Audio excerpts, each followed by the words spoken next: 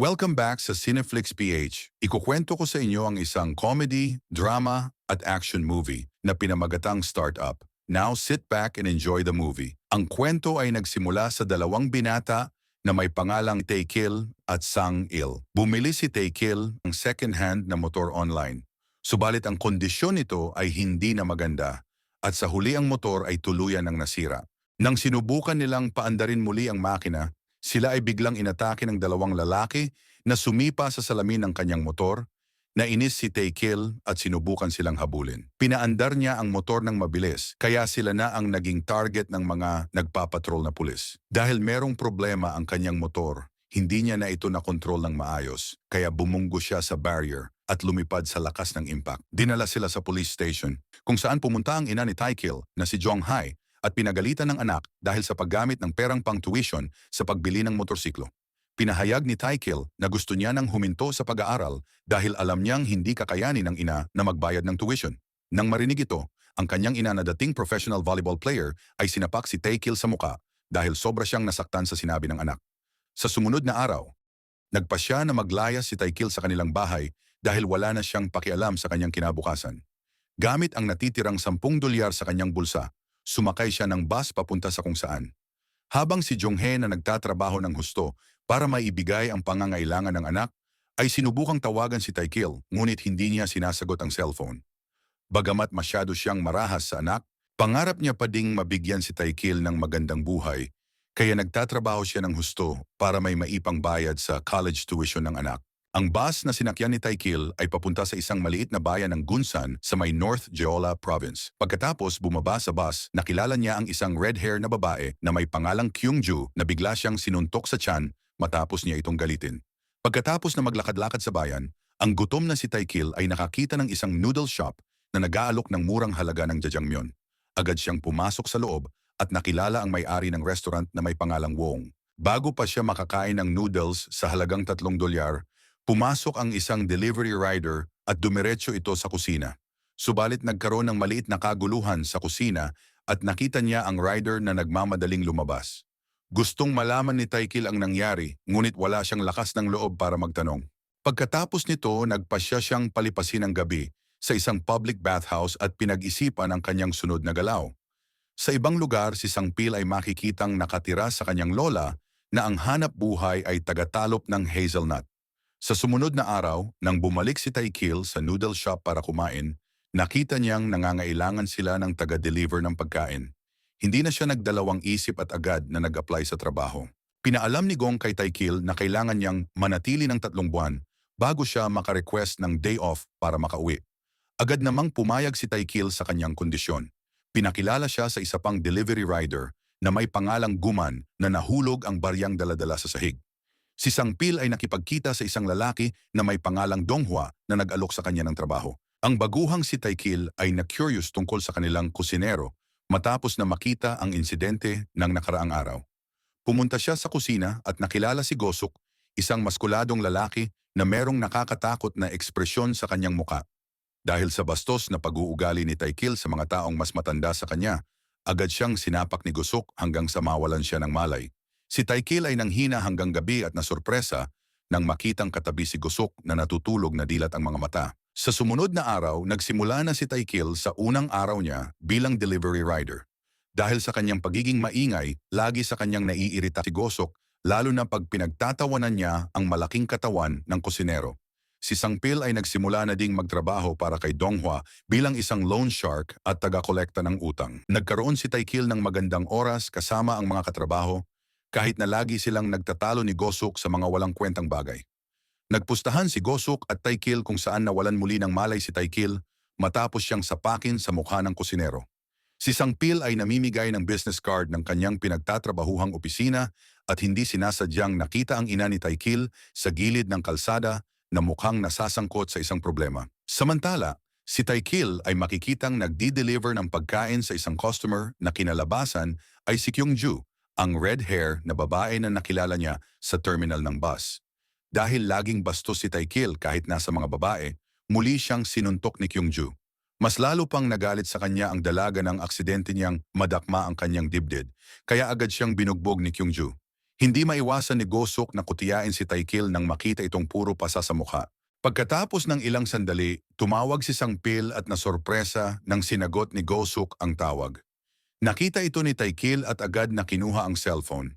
Tumawag si Sangil para kausapin siya tungkol sa kanyang ina na mukhang nahaharap sa isang mabigat na problema, subalit walang pakialam si Taikil at agad na pinutol ang kanilang pag-uusap. Habang sila'y kumakain, aksidenteng nabunyag ni Taikil na babae ang bumugbog sa kanya kanina. Mas lalo siyang kinutya ni Gosok hanggang sa humagalpak siya sa tawa. Nang umuwi si Kyungju sa kanyang hotel room, siya'y nasorpresa nang makita ang dalawang lalaki na nakikipag-inuman sa kanyang roommates. Si Kyungju at dalawang lalaki ay nasangkot sa isang away, ngunit naargabyado ang dalaga sa dalawa kaya agad siyang tumakas. Si Taikil at kanyang mga katrabaho ay nagre-relax sa rooftop nang makita nilang tumatakbo si Kyungju papunta sa kanila. Dahil gustong maghiganti ni Taikil, agad siyang bumaba para pahintuin ang dalaga.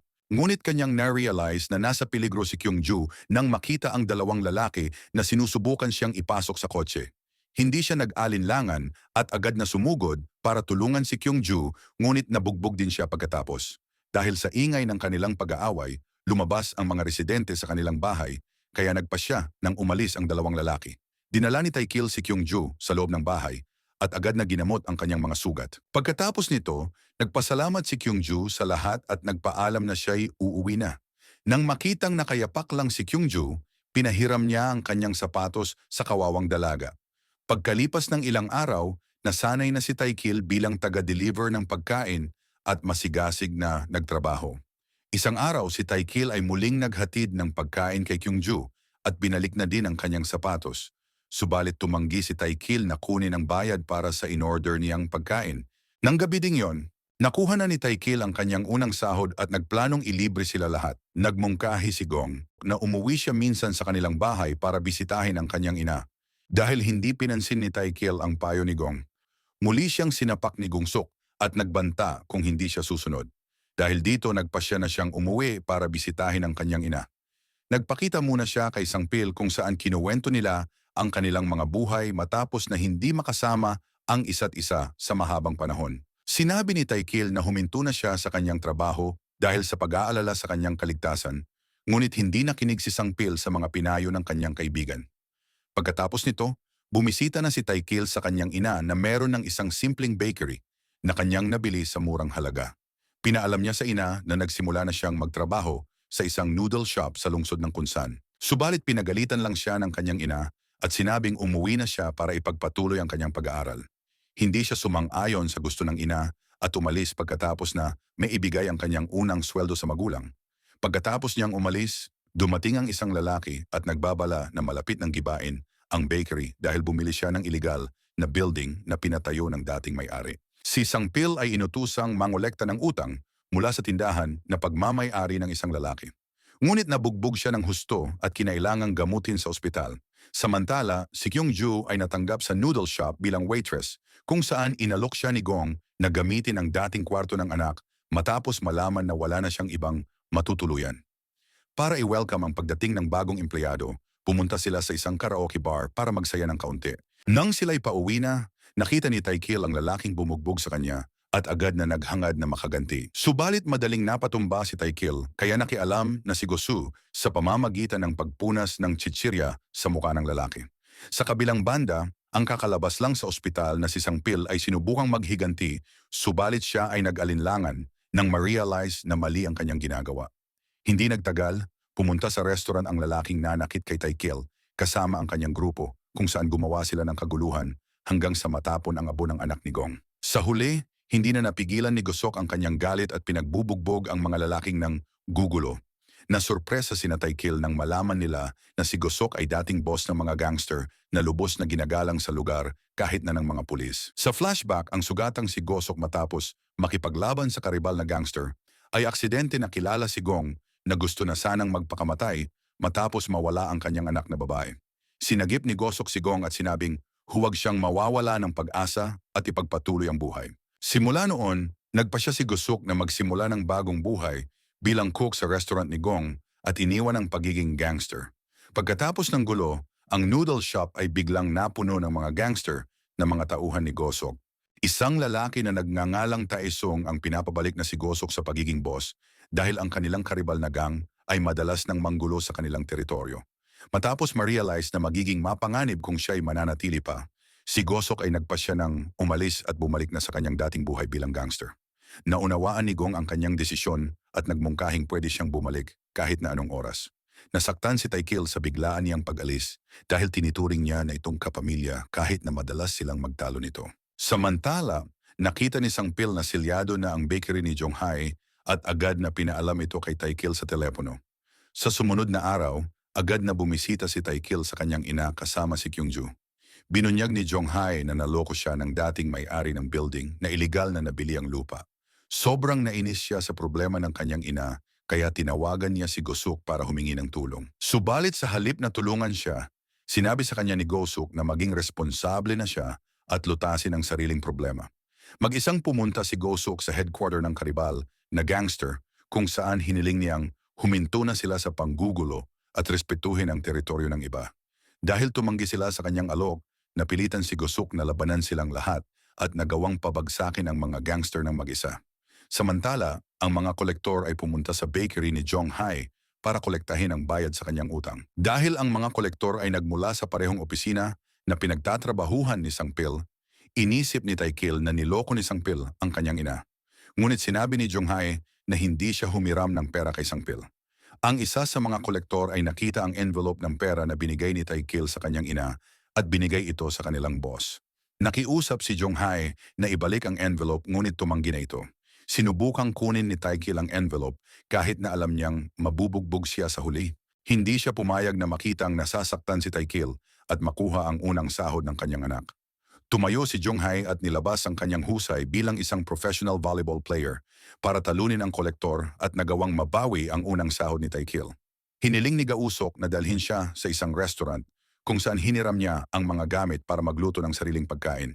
Sinabi ni Gausok sa kasama na ang pagluluto at pagiging chef ang kanyang bagong buhay at simula ngayon, tuluyan niya nang iiwan ang buhay bilang boss ng mga gangster. Naintindihan ito ni Taesyong at nirespeto ang desisyon ni Gosyong. Pagkatapos ng insidente, muling nakasama ni Taekil ang kanyang ina at pansamantalang nanatili sa bahay ni Sangpil dahil nakumpiska ang kanilang bahay dahil sa mga utang at giniba na din ang bakery ng kanyang ina. Kahit na nangyari ito, masaya ang ina ni Taekil dahil kasama niya na muli ang kanyang anak. Nagpasya na ding umalis si Donghua sa trabaho bilang kolektor ng utang at nagbukas ng simpleng tindahan ng fried chicken. Sa kabilang banda, bumalik na din si Gosok sa pagiging chef sa noodle shop ni Gong. Samantala, bumalik na sa pag-aaral si Kyungju matapos siyang ampunin ni Gong bilang kanyang anak na babae. Sa huling eksena, sinama ni Taekil ang kanyang ina sa isang joyride gamit ang biniling motor at namuhay ng masaya na parang walang dinadalang problema. Mag-like at mag-subscribe para manood ng higit pang mga video tulad nito at huwag kalimutang i-on ang iyong notification. Nakakatulong talaga yan sa channel ko. Salamat sa panonood.